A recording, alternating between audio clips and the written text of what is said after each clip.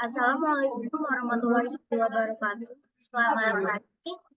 Ini kami dari kelompok Nutri ingin mempresentasikan hasil dari proposal, link canvas, dan prototipe website serta pop-up dari mobile aplikasi kita. Pertama-tama, di sini saya Siti Aurelia Rizky. Kemudian ada teman saya yang bernama Khalil Jidan, Iqbal Amunawar, Excel SPO itu, dan Aldi Samara.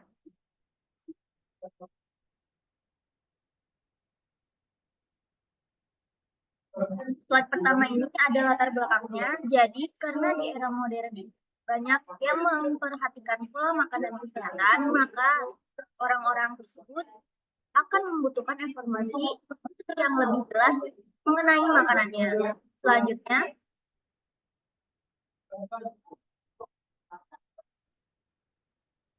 dari latar belakang tersebut, kita didapatilah beberapa data mengenai masalah yang yang melatar belakangi kenapa kami membuat aplikasi Nutris.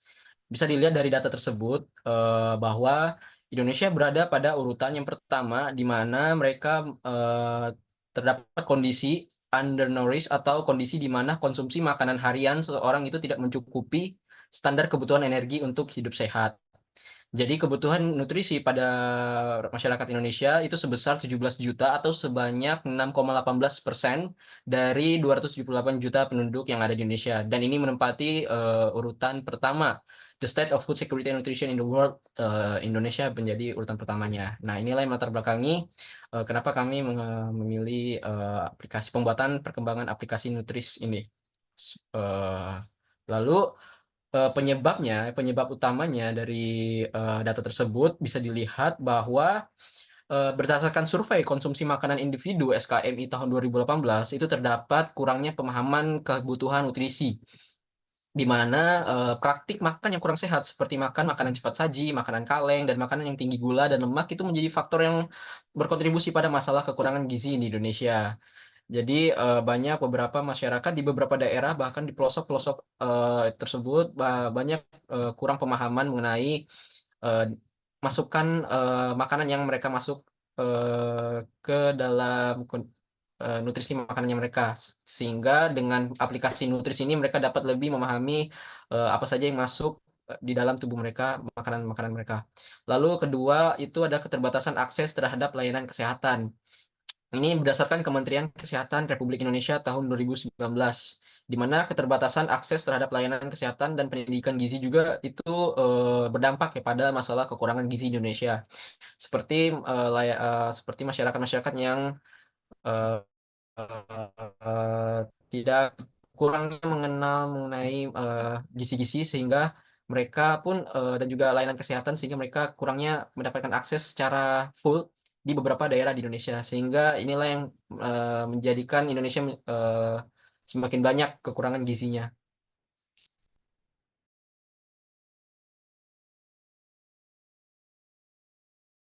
Nah, di sini ada solution dari masalah sebelumnya. Ini adalah tampilan aplikasi dari Nutris. Dengan menggunakan Nutris, konsumen dapat dengan mudah memperoleh informasi nutrisi yang akurat dari produk makanan dan minuman yang mereka konsumsi.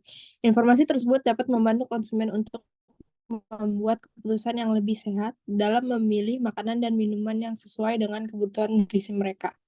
Sistem bisnis Nutris juga dapat memberikan keuntungan bagi produsen makanan dan minuman dengan memperbaiki citra merek mereka dan meningkatkan kepercayaan konsumen terhadap produk mereka.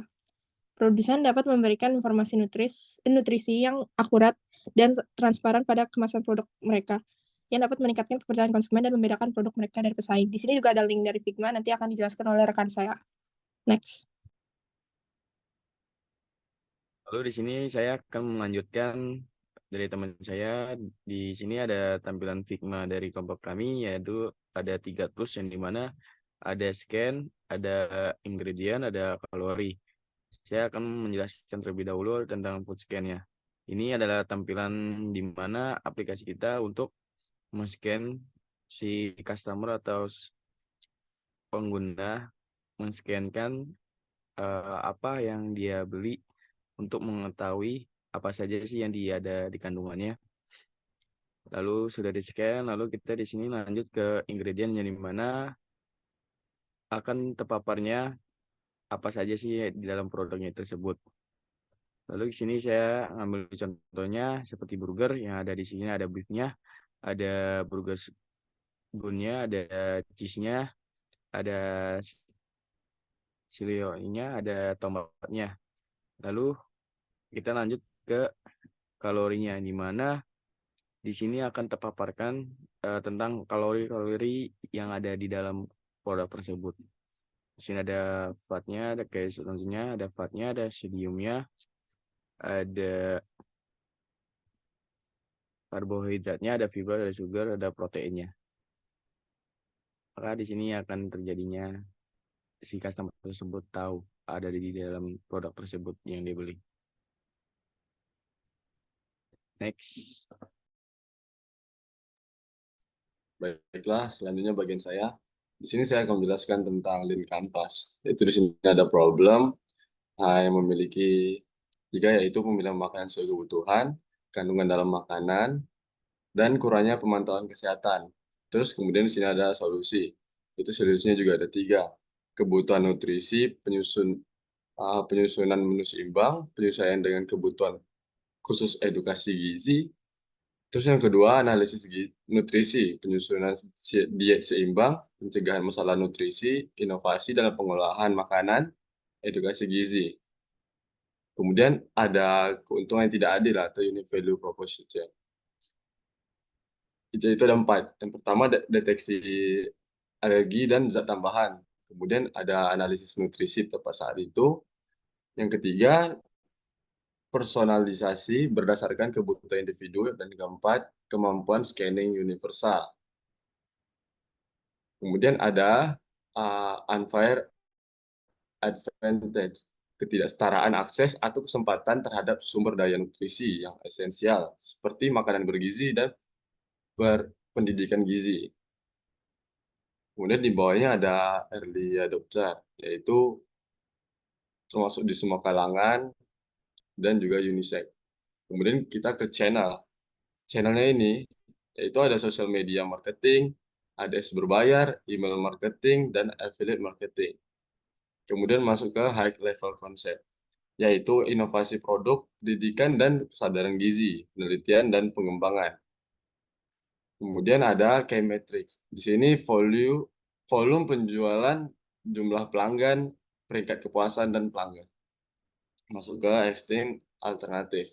Itu ada 2, yaitu pertama memilah makanan yang baik dan buruk bagi tubuh, dan yang kedua informasi internet yang membantu. Kemudian cost struktur, yaitu biaya pemasaran dan iklan, biaya orang, kemitraan website. Kemudian yang terakhir revenue stream, yaitu penjualan produk, distribusi produk, layanan konsultasi, kemitraan, dan sponsorship. Oke, next. Selanjutnya yaitu ada analisis SWOT. Yang pertama ada strength, inovatif, dan yang pertama itu ada inovatif dan memiliki keunggulan teknologi dalam industri makanan dan minuman. Yang kedua, dapat membantu pelanggan dan mengakses informasi nutrisi yang akurat dan menyeluruh mengenai produk makanan dan minuman. Yang ketiga, ada dapat membantu pelanggan dalam memantau asupan nutrisi mereka sehari-hari. Dan yang terakhir, ada dapat membantu produsen makanan dan minuman untuk meningkatkan kualitas produk mereka dengan memperbaiki informasi nutrisi dan bahan-bahan yang digunakan. Selanjutnya itu ada weaknesses. Yang pertama, memerlukan modal dan teknologi yang cukup besar untuk mengembangkan dan menjalankan sistem food scanner. Yang kedua, memerlukan infrastruktur dan jaringan yang baik untuk menjangkau pasar yang lebih luas. Yang terakhir, ada masih terbatas pada jenis makanan dan minuman tertentu yang memiliki barcode atau label nutrisi. Selanjutnya itu ada opportunities. Yang pertama, adanya peningkatan kesadaran masyarakat tentang pentingnya pola makan yang sehat dan bergizi. Yang kedua, dapat melakukan kemitraan dengan produsen makanan dan minuman untuk meningkatkan kualitas produk mereka. Yang terakhir, dapat memperluas pasar dengan menawarkan fitur tambahan seperti rekomendasi menu sehat dan olahraga. Yang terakhir yaitu ada treats, persaingan yang ketat dari sistem serupa yang sudah ada di pasaran. Yang kedua yaitu kemungkinan adanya perubahan regulasi terkait informasi nutrisi pada label produk makanan dan minuman. Dan yang terakhir, kemungkinan adanya penolakan dari produsen makanan dan minuman untuk memperbaiki informasi nutrisi dan bahan-bahan yang digunakan.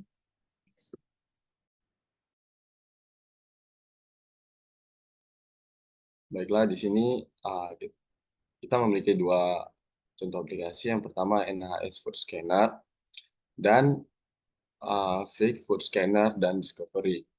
Nah, di sini keduanya mempunyai UI UX kompetitor, tampilan secara overall, dan saling mempunyai rating aplikasi mereka sendiri. Seperti pada tampilan yang telah disiarkan. Baik, next.